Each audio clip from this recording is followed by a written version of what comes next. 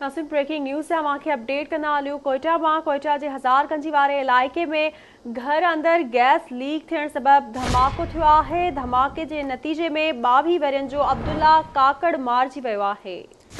ख़बर अवां ताईं पहुचायूं पिया। कोयटा जे इलाइक़े हज़ारगंज वारे में घर अंदर गैस लीक थियण सबब धमाको थियो आहे। धमाके जे नतीजे में 22 वरियनि जो अब्दुल्ला काकड़ मारिजी वियो आहे, जॾहिं त हिकु ॼणो ज़ख़्मी थी पियो आहे। ख़बर अवां ताईं पहुचायूं पिया। कोयटा मां हज़ारगंज वारे इलाइक़े में घर अंदर गैस लीक थियण सबब धमाको थियो आहे। धमाके जे नतीजे में 22 वरियनि जो अब्दुल्ला काकड़ मारिजी वियो आहे।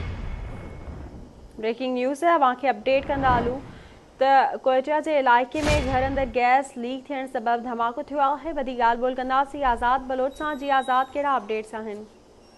जी बिल्कुल, कोयटा के इलाइक़े हज़ारगंज में घर के अंदर गैस लीकेज थियण सबब ज़ोरदार धमाको थियो आहे। धमाके के नतीजे में 22 साला अब्दुल्ला काकड़ मारिजी वियो आहे। संदसि भाउ ज़ख़्मी थी पियो आहे। इलाइक़े वासी धमाके जो आवाज़ ॿुधी करे ज़ख़्मी ऐं मारिजी वियल अब्दुल्ला के अस्पताल मुंतकिल करायो वियो हो, जितां डॉक्टरनि पारां फौतनि जी तस्दीक कई वई। ज़ख़्मी आहे उनकी भी हालत इंतहाई घंटी चौकी बुधाई पे वही। अस्पताल इंतजाम चवण है। होॾां फौत थी वियल घर में कोहराम मची वियो। जी वरी मेहरबानी अवां जी अपडेट करण लाइ।